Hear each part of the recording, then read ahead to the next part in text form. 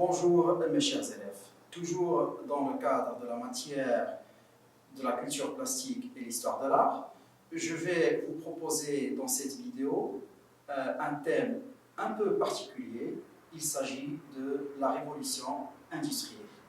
Alors, entre 1850 et 1940, l'Europe puis d'autres pays comme les États-Unis et le Japon connaissent une formidable croissance économique grâce à l'industrialisation de leur économie. Ce phénomène fondé sur deux révolutions industrielles importantes a entraîné la transformation de la société face à l'apparition d'inégalités sociales. De nombreuses réflexions ont été développées afin d'améliorer la société. Alors, en ce qui concerne l'industrialisation, la fin du 19e siècle est marquée par deux révolutions industrielles qui ont permis une forte croissance de l'économie. Alors, il y a la révolution industrielle et la croissance économique. En ce qui concerne la révolution industrielle, phase d'intense transformation de l'industrie, caractérisée par l'utilisation de nouvelles techniques, le développement de nouvelles branches d'activité est une forte croissance de l'activité. Et en ce qui concerne la croissance économique, il y avait une augmentation durable et irréversible de la production. Il s'accompagne de transformations dans l'organisation de l'économie. La première révolution industrielle. Cette révolution industrielle concerne essentiellement le Royaume-Uni dans la deuxième moitié du XVIIe siècle. Elle a été permise grâce aux profits tirés de l'agriculture et du commerce et repose sur le charbon, la machine à vapeur, mise en point par James Watt en 1769. De nouvelles machines dans le secteur du textile, de la sidérurgie sont développées. C'est l'apparition des pays noirs, comme le pays de Galles. Cette révolution s'étend à d'autres pays beaucoup plus tardivement, au milieu du XIXe siècle. La deuxième révolution industrielle. Elle commence vers 1880 et repose sur des nouvelles sources d'énergie, le pétrole et l'électricité comme exemple. C'est aussi l'époque du développement de l'automobile, de la chimie, des machines, outils. La révolution des transports et de la communication. Les transports modifient les relations commerciales en permettant des échanges plus lointains, de plus nouvelles routes commerciales avec le percement des canaux de Suez en 1869 et de Panama en 1914, raccourcissent les distances. Il y a l'essor du rail et première liaison transcontinentale aux États-Unis en 1869, transsibérien en 1904, de la navigation maritime, de l'automobile et la naissance de l'aviation, en outre de nouveaux moyens de communication comme le télégraphe de Morse et le téléphone de Bell modifient les relations. Maintenant, on passe à un point très essentiel dans la révolution industrielle, c'est la croissance économique. C'est bon. Les fluctuations de la croissance. Durant la période 1850 et 1939, la conjoncture économique est favorable malgré des crises. Les périodes de forte croissance, 4% en France, ont lieu de 1860 à 1873. et de 1896 à 1914 et sont liées à l'abondance monétaire avec la découverte de mines d'or en Californie et Alaska, l'industrialisation avec de fortes productivités, des progrès techniques. Les périodes de crise sont de 1873 à 1896, la Grande Dépression est à partir de 1929 avec le crash de Wall Street. Les raisons des difficultés sont des surinvestissements, des crashs boursiers, des pénuries de financement.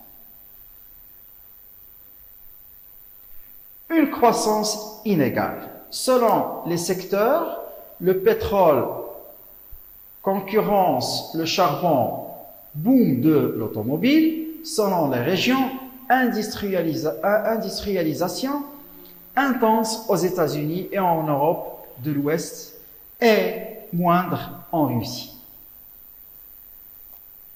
Un système économique favorable à la croissance. Le capitalisme libéral. Pour répondre aux besoins de l'industrie, l'environnement économique s'adapte au développement des banques, création de la société anonyme par action, stabilité monétaire jusqu'en 1914, concentration des entreprises, entente commerciale, système de libre-échange, faible intervention de l'État, capitalisme se définit par la propriété privée des moyens de production, par la libre entreprise et la recherche du profit. Libre-échange, système dans lequel les marchandises circulent librement entre les États. Aussi, la société anonyme par action. Ça veut dire que la société dont le capital est divisé en parts détenues par des actionnaires propriétaires d'une partie de la société et qui espèrent en tirer un profit. En ce qui concerne la transformation de la société, je vous propose ceci. Une société qui s'urbanise, l'évolution démographique, malgré la diminution de la natalité dans les grands pays industriels, la population s'accroît fortement grâce au recul de la mortalité. L'industrialisation et la présence des usines dans les villes, la population rurale, attirée par les emplois urbains, décline donc et le seuil de 50% de citadins est franchi dans l'ensemble des pays industriels entre 1850 et 1940. Les conditions de vie en milieu urbain sont difficiles, avec des loyers élevés, des logements médiocres. Néanmoins, de nombreux progrès sont faits avec l'amélioration des transports urbains, l'apparition du gaz, puis de l'électricité. L'apparition des classes sociales, les élites urbaines. Les élites urbaines avec la bourgeoisie financière et industrielle disposent du pouvoir économique, politique et culturel et mènent une vie mondaine.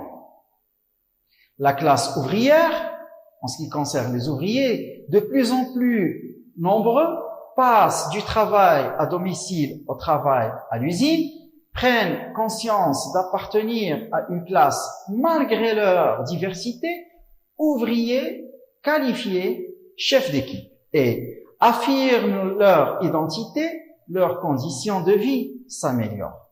En ce qui concerne la classe moyenne, cette classe très diversifiée, artisans, employés, fonctionnaires, professions libérales, se regroupe autour de valeurs communes. Ce sont des cols blancs qui ont des ambitions pour leurs enfants et attachent une grande importance à l'éducation. Les réflexions issues de l'ère industrielle, le libéralisme, ce mouvement est pour le laisser-faire, laisser-passer, le désengagement de l'État, les libertés politiques en ce qui concerne le socialisme, avec les internationales socialistes et les partis socialistes, pour ou contre l'État, marxisme, anarchisme, fascisme. Le syndicalisme, c'est une révolution, si on peut dire, une révolutionnaire ou réformiste. Les partis politiques aussi, le réformisme symbolisé par le paternalisme, les politiques sociales comme en Allemagne avec Bismarck, le catholicisme social. En ce qui concerne le socialisme, doctrine et mouvement hostile au capitalisme qui propose une réforme radicale de la société est une répartition plus équitable des richesses entre les hommes. Il se divise entre socialistes, marxistes et réformistes non marxistes. L'industrialisation a permis une forte croissance et un développement de la société qui a été à l'origine de vastes transformations. L'industrialisation donne à l'Europe de dominer le monde jusqu'en 1914 pour être ensuite devancée par les États-Unis. Cette domination est commerciale, financière et militaire. Alors là, en ce qui concerne une révolution des transports, bien sûr, il nous mène à de nouveaux moyens de transport, comme les bateaux à vapeur, comme aussi les trains à vapeur, ce qui nous renvoie aux voies de chemin de fer et aux gares, et aussi aux automobiles. Et en ville, il nous mène au métro et au tramway. En ce qui concerne toujours cette révolution des transports, il nous mène à des sources d'énergie variées, comme la vapeur, l'électricité et le pétrole, et aussi des avantages réels, comme le déplacement plus rapide, plus de marchandises et d'hommes transportés.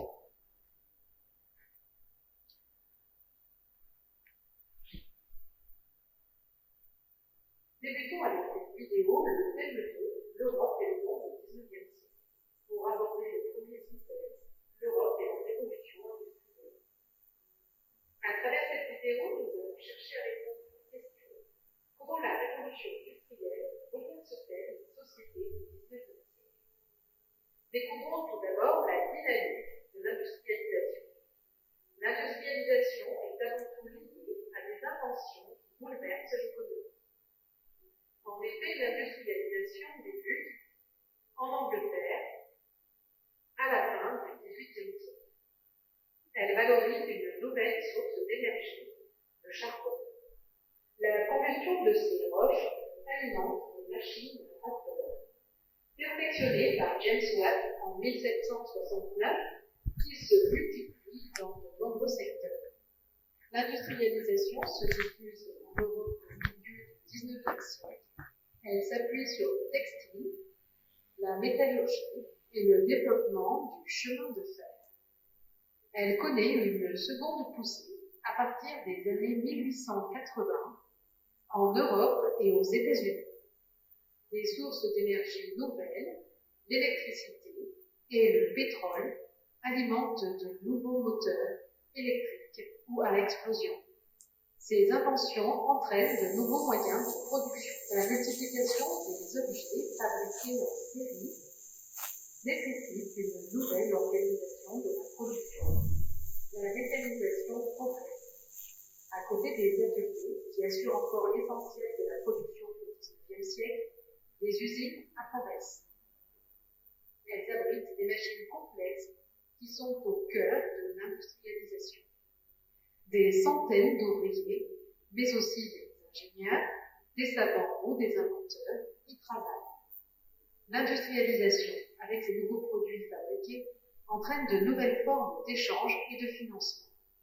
Les progrès dans les transports, chemins de fer, bateaux à vapeur, réseaux routiers, facilitent les échanges. Cela permet le transport de marchandises à bas coût sur de longues distances, la multiplication des consommateurs et la création des marchés nationaux. Grâce à cela, on observe une baisse des prix et une importante augmentation des échanges commerciaux. Développer des usines, acheter des machines et des brevets, construire des lignes ferroviaires sont des opérations coûteuses. Les banques prêtent alors de l'argent aux entrepreneurs. Les entrepreneurs se procurent également de l'argent en créant des sociétés qui émettent des actions, c'est-à-dire des titres de propriété de l'entreprise qui peuvent être achetés ou vendus. L'industrialisation provoque une croissance démographique et une urbanisation. Dans une seconde partie, nous allons voir que les sociétés sont transformées par l'industrialisation. En 1800, l'Europe comptait 180 millions d'habitants. En 1900, la population européenne s'élève à 400 millions d'habitants. Cette croissance exceptionnelle s'explique par la baisse de la mortalité. Grâce au progrès de la médecine, au progrès de l'agriculture et à une meilleure hygiène. La révolution agricole, c'est-à-dire le recours aux machines pour remplacer les hommes dans les champs, entraîne un exode rural massif et fournit aux industries une main-d'œuvre abondante et bon marché. Cela contribue au développement massif des villes industrielles. L'industrialisation engendre également une nouvelle hiérarchie sociale. Même si les paysans forment encore la majorité de la population, les campagnes sont transformées par la mécanisation et l'essor des emplois. L'industrialisation entraîne également l'essor de la bourgeoisie d'affaires, enrichie grâce au commerce et à la vente. La bourgeoisie devient la classe dirigeante, elle influence fortement la vie politique, sociale et culturelle française. Un nouveau groupe social, des classes moyennes, se développe. Il s'agit des employés des grands magasins ou de banques, des cols blancs, c'est-à-dire des employés de bureaux commerciaux. Ils s'enrichissent grâce à l'épargne et à l'instruction. Enfin, la classe ouvrière connaît une très forte croissance au XIXe siècle. Le terme de prolétariat pour définir la classe ouvrière apparaît. Leur vie est dure tout au long du XIXe siècle en raison de l'absence de contrats de travail, de journées longues et de salaires bas. Cependant, à la fin du XIXe siècle, de nombreuses grèves et manifestations entraînent l'adoption de lois sociales qui permettent de nombreuses améliorations. L'industrialisation entraîne la formation de nouveaux paysages. Les paysages urbains sont transformés par la sidérurgie et les mines. Chevalement, terrils, fumée noire constituent les paysages de ce que l'on appelle les pays noirs. Enfin, sous le Second Empire, le baron Haussmann transforme Paris en perçant de larges artères et en construisant de grands immeubles bourgeois aux proportions régulières. Pour résumer, la dynamique de l'industrialisation repose sur des inventions qui bouleversent l'économie, de nouveaux moyens de production et de nouvelles formes d'échange et de financement. Les sociétés sont transformées par l'industrialisation en raison de la croissance démographique et de l'urbanisation, d'une nouvelle hiérarchie sociale qui apparaît et de nouveaux paysages. Dans une partie à suivre, nous aborderons le renouvellement des idées et le dynamisme des populations européennes durant l'industrialisation. Pour aller plus loin sur le sujet, rendez-vous sur mon classeur numérique d'histoire-géographie.com.